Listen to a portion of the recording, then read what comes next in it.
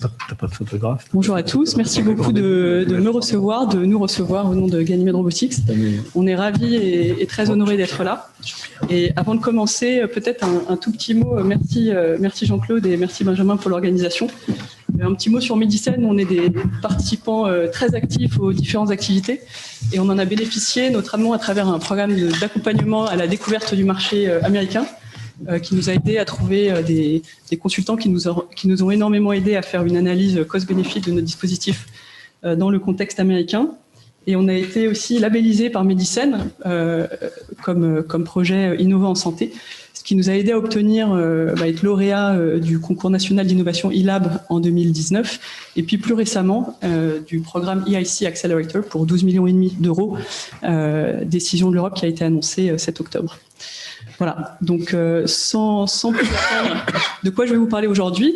D'abord une petite présentation vidéo justement qui a été tournée par le gouvernement dans le cadre de la présidence française de l'Union européenne et qui retrace rapidement nos différentes activités. Et puis ensuite, un petit focus sur le problème clinique qu'on cherche à résoudre. Alors, on est ici face à des praticiens interventionnels, donc je serai brève. Vous n'êtes peut-être pas tous orthopédistes, donc je serai rapide, mais j'espère explicite. Et puis ensuite, très rapidement, quelques convictions qu'on a et qu'on intègre dans nos développements, aussi bien logiciels que hardware, sur ce que sera la chirurgie dans 10 ans et qu'est-ce que le chirurgien augmenté. Je pense quelques convictions qui feront écho à celles qui seront ensuite développées par mes chers confrères que je salue, Lucien Blondel de Quantum, Philippe de Robocat, qu'on connaît bien et qu'on voit assez souvent. Et on était d'ailleurs récemment avec Philippe à l'annonce de Madame la ministre Agnès Pannier-Runacher chez BALT du plan dispositif médical de France 2030. Voilà, donc je commence par la vidéo. Alors, on entend le son, on a tout, c'est parfait. L'Union européenne, on est en train de financer le développement de la prochaine génération de robots chirurgicaux pour l'orthopédie. Et les tricochins. C'est une start-up qui vise à révolutionner la chirurgie prothétique, c'est-à-dire la pose de prothèses pour soigner l'arthrose. Ce que c'est que l'arthrose, il faut déjà savoir ce que c'est qu'une articulation. C'est la jonction entre deux os. C'est deux os qui bougent l'un sur l'autre par l'intermédiaire d'un tissu de glissement qui s'appelle le cartilage. Et le cartilage ne se régénère pas au cours de la vie. Et donc tous les traumatismes de la vie peuvent entraîner petit à petit une disparition du cartilage. Quand il n'y a plus de cartilage, les deux os frottent os contre os, le patient a mal et l'articulation est raide. Et c'est là qu'on a une prothèse articulaire.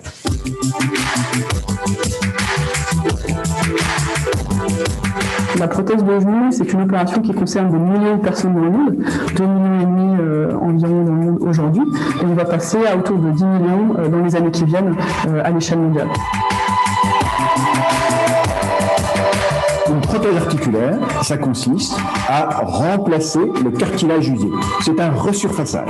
Le chirurgien enlève la partie abîmée et va la remplacer par une partie artificielle. Ce geste extrêmement précis doit être réalisé de manière fiable, dans un espace réduit, ce qu'on appelle le champ opératoire, et dans un espace mouvant, parce que les deux os bougent en permanence l'un par rapport à l'autre pendant l'intervention. Et c'est là qu'on a besoin d'outils pour rendre le geste plus facile et plus fiable. On développe des algorithmes d'intelligence artificielle, de vision par ordinateur et de la robotique pour faciliter le geste du chirurgien au bloc opératoire. On a revu complètement la manière de procéder à l'opération chirurgicale. C'est un robot qu'on va amener dans la salle d'opération et qui va être co-manipulé par le chirurgien. On est sur un système révolutionnaire de détection et positionnement des os pour faciliter le geste chirurgical.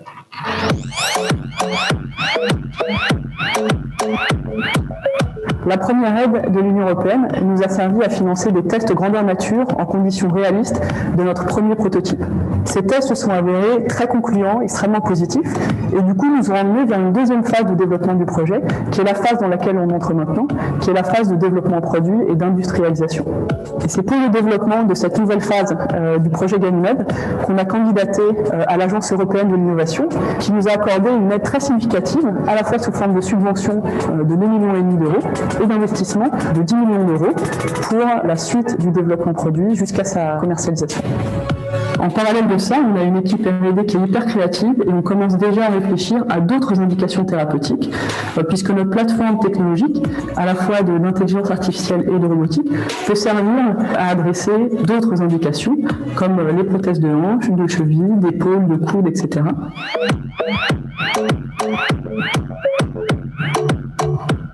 L'ambition de Ganymede Robotics dans les années à venir, c'est de devenir le leader mondial de l'assistance au geste chirurgical pour l'orthopédie prothétique. Et si l'Europe nous a accordé cette aide, c'est justement parce qu'il croit ça possible et qu'on travaille dans un secteur qui est considéré comme stratégique par l'Union européenne, c'est-à-dire la souveraineté technologique en matière de technologie de santé.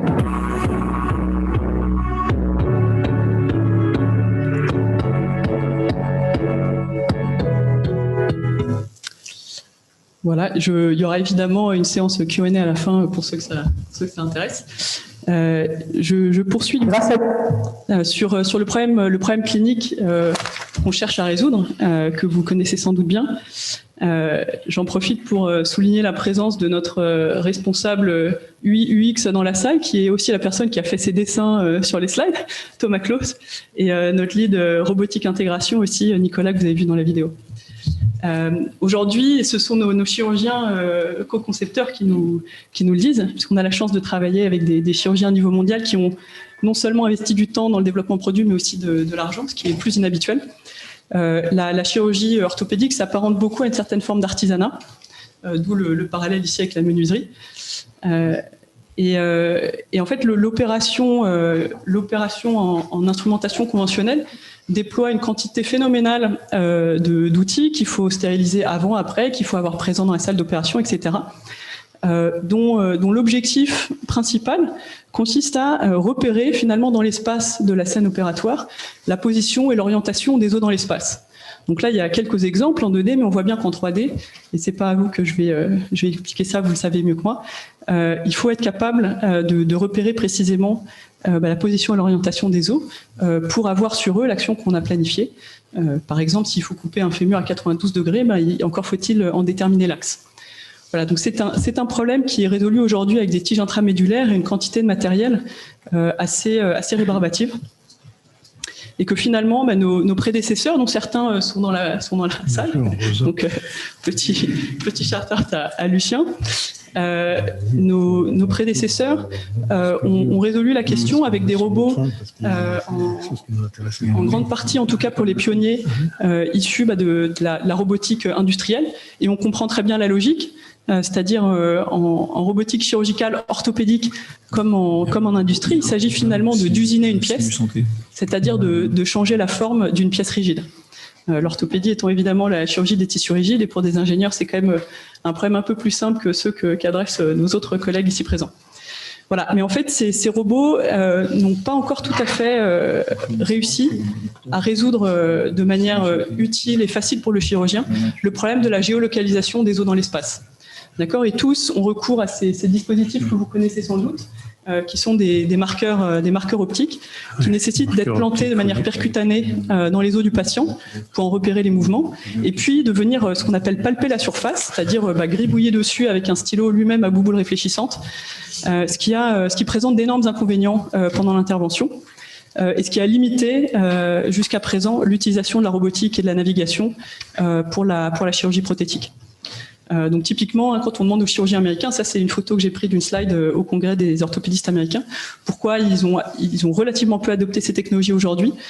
Beaucoup citent les pin tracks in the femur and tibia, donc les points d'accroche percutanés, et les problèmes de tracking optique, puisque lorsqu'on passe entre la fameuse bouboule réfléchissante et la caméra, on décalibre le robot, etc. Donc il y a des étapes qui ajoutent du temps et du coût au workflow chirurgical.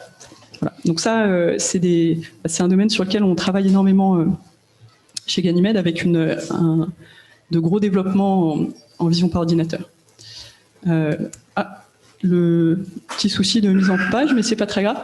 Donc on a développé une innovation de rupture sur le recalage sans marqueur, basé sur des capteurs multimodales qui sont intégrés au bras robotique, qu'on a aussi conçu, j'y reviendrai par la suite, et qui permet, même si c'est peu lisible ici, hélas, de faire la détection en intraopératoire des structures anatomiques. Donc on est capable aujourd'hui de dire ce qui est de l'os, ce qui n'en est pas, ce qui est du tissu mou, etc. et ensuite de faire ce qu'on appelle le recalage, c'est-à-dire la mise en correspondance entre la connaissance a priori de la structure anatomique et ce qu'on observe en vrai pendant l'opération post-incision.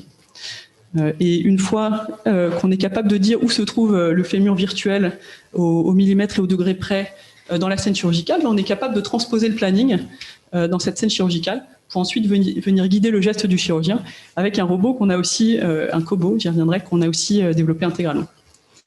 Et ça change énormément de choses parce que ça permet de faire une opération de pose de prothèse de genou, qui est notre première indication, mais c'est pas la seule, en ligne de mire, sans guide de coupe, sans tige intramédulaire, sans la complexité des marqueurs et des problèmes de line of sight, et puis sans les marqueurs optiques eux-mêmes qui sont à la fois un surcoût, un surtemps, etc. Pendant l'opération. Donc ça, c'est une technologie qui est à notre connaissance unique, même si on sait qu'il y a des labos de recherche, entre autres, qui travaillent dessus. On est en train de consolider notre avance technologique là-dessus de plusieurs manières. D'abord avec la voie de la protection intellectuelle, puisque ça a fait l'objet de certains brevets, plusieurs familles de brevets, dont certains sont déjà approuvés, d'autres en cours d'étude. Et puis c'est le sujet d'une étude clinique qui est en cours aujourd'hui sur 100 patients, dont 70 le mois dernier, donc ça a sans doute augmenté, ont été opérés déjà, et pour lesquels on fait la validation en intraopératoire de nos algorithmes de détection et matching, voilà, qui étaient jusqu'à présent basés cadavres. Évidemment, dans une vidéo grand public comme celle que je vous ai montrée, quand je parle de conditions réalistes, je parle de labo d'anatomie, mais comme voilà, c'est pas pour tout le monde. Voilà. Donc ça, c'est la première chose. Mais décidément, il y a des soucis c'est le passage à... Le tout embarqué dans une plateforme technologique qui est brevetée et qui est unique, qui embarque donc Augment, le T n'a rien à faire en dessous, donc cette branche de vision par ordinateur, dont on verra par la suite qu'elle permet de faire beaucoup d'autres choses que juste du recalage, même si c'est déjà énorme. Un cobo, c'est-à-dire un robot co-manipulé pour le guidage du geste en précision. Et je sais qu'il y a des interventions par la suite qui parleront d'augmentation motrice. En fait, quand on parle d'augmentation du chirurgien aujourd'hui, il faut voir qu'il y a un certain nombre d'axes qui font parfois l'objet d'entreprises séparées. Dans notre cas, c'est un projet qui les embarque tous. Donc l'augmentation du chirurgien sur la perception. Comment est-ce qu'on fait pour que le chirurgien ait accès à plus de données en intra-op, pour qu'on fusionne les données issues du préopératoire avec l'intraopératoire. Donc ça, c'est la partie augment. Ensuite, il y a de l'augmentation motrice. Comment est-ce qu'on s'assure que le geste est précis, au bon endroit, qu'on ne déborde pas, entre guillemets, donc qu'on ne va pas sectionner des ligaments, des muscles à la place des phases purement osseuses. Une phase plutôt de protection, c'est-à-dire comment est-ce qu'on est capable d'alerter sans déranger le workflow chirurgical lorsqu'on est en train de commettre potentiellement une erreur ou un geste nocif au patient. Donc ça, la robotique le permet. Et puis, il y a toute la partie, et ça... Philippe en parlera sur l'exposition des chirurgiens au rayonnement, mais il y a aussi en orthopédie le côté pénibilité du travail, avec une grosse partie de la pénibilité du chirurgien qui consiste à soulever des jambes de patients toute la journée pour les mettre en extension, pour les mettre en flexion, pour les soutenir en position. Et ça, on a intégré aussi à notre dispositif une brique qui permet d'assister le chirurgien dans ce geste-là pour éviter les troubles musculo-squelettiques dont une grande majorité des chirurgiens en orthopédie finissent par être atteints. Voilà. Et donc, c'est à nos yeux parmi les 4 voies les plus prometteuses de l'augmentation du chirurgien en chirurgie et en particulier en orthopédie. Et du coup, pour élargir un tout petit peu, alors je vais 15 minutes, il est temps. Pour élargir un tout petit peu, on a quelques convictions fortes qui ont guidé nos développements sur à quoi ressemblera la chirurgie dans 10 ans, appuyé évidemment sur certains de vos confrères qui sont nos concepteurs et qui sont même les cofondateurs avec moi de Ganymede Robotics. La première conviction, c'est qu'on va voir arriver en force en chirurgie la collaboration homme-machine, qui va prendre une ampleur de plus en plus importante. On aime bien appeler ça Human-Led Machine Empowered. On fait partie de ce courant de pensée de la robotique chirurgicale pour qui l'humain ne va pas disparaître du bloc, le chirurgien va rester aux côtés de la table d'opération. On ne cherche pas à le court-circuiter, on cherche à l'augmenter. Et ça, c'est important parce qu'il y a de plus en plus de travaux qui vont vers la chirurgie de plus en plus autonome, ce qui n'est pas tout à fait notre approche, et c'est assez différenciant. Et du coup, c'est un certain nombre d'implications que j'ai cryptiquement représentées ici pour que vous soyez obligés de m'écouter, plutôt que de lire. La première en haut, c'est que de plus en plus, comme finalement dans les domaines militaires, aéronautiques, on va voir intervenir les sciences cognitives et la cognitique dans la chirurgie, puisque la problématique de l'accompagnement du geste chirurgical se mêle à la question de quelle information mettre à la disposition du chirurgien, à quel moment et pourquoi. Donc il faut la bonne information au bon moment, mais il n'en faut pas trop, sinon il y a déjà tous les sens sollicités. Est-ce qu'on veut vraiment faire une surcharge cognitive? Donc ça, c'est des sujets passionnants. Il faut accélérer. Et ben, je vais rester mystérieux. Non. Ensuite, il y a deuxième, c'est dans quel degré d'autonomie vs quel degré de contrôle au chirurgien. Pareil, il y a un juste milieu à trouver qui est pas évident et pour lequel on fait énormément de sexe utilisateurs. Et enfin, la question, comment est-ce qu'on gère des cas qui sortent de la norme des 95%, comment on gère une crise, de la même manière qu'un pilote aujourd'hui, même s'il a le pilote automatique, doit être capable de gérer un atterrissage d'urgence. Donc tout ça, c'est au cœur de nos réflexions dans le développement de notre produit. Ça tombe bien, je vais accélérer pour la suite, effectivement 15 minutes. On croit que le hardware, loin d'être une commodité, c'est de l'intelligence matérialisée qui est fortement créateur de valeur. Et c'est pour ça qu'on a fait le pari de développer nous-mêmes une plateforme robotique qui répond à ce qu'on comprend du besoin et ce que nos chirurgiens nous ont expliqué de leurs besoins. Un geste chirurgical en orthopédie, c'est souvent la contrainte d'un mouvement de manière planaire ou axiale. Et pour ça, on n'a pas forcément besoin de robots hyper compliqués, hyper chers à 27 degrés de liberté. On peut faire plus simple, plus efficace, plus compact et donc plus abordable aussi. Voilà, je passe du coup. Zut. Et finalement, il y a des robots qu'on conçoit nous-mêmes. Ils peuvent être support d'intelligence, support d'acquisition de données au bloc opératoire, dont tous les grands acteurs du domaine et mes confrères ici présents vous diront, je pense que c'est le nerf de la guerre. Et avec des robots en intra-opératoire, eh ben on est capable de combler le gap, combler le bridge entre la donnée préopératoire, qui est grosso modo largement disponible, la donnée post-opératoire qui l'est aussi. Mais aujourd'hui, il y a une énorme inconnue, et notamment une inconnue quantifiée sur ce qui se passe en intra-opératoire. Et ça, c'est ce qu'on est capable de faire avec nous, des capteurs embarqués, qui nous donnent des données 2D, des données 3D, des données de nombreuses modalités, que je citerai à d'autres occasions peut-être, qui nous permettent d'avoir une vision claire et exploitable de ce qui se passe pendant l'opération. Ça, c'est les capteurs embarqués, mais il ne faut pas oublier, dans un robot, il y a les données proprioceptives qui sont capables aussi de capter les mouvements, donc toute la gestuelle, les données haptiques, les enregistrer pour éventuellement les exploiter. Voilà. Là, je passe puisque j'ai plus le temps, sinon je vais me faire engueuler. Ouais. Et je finis par l'équipe France, justement, j'insiste. On est une filière qui est en train de se souder, qui est en train de se structurer.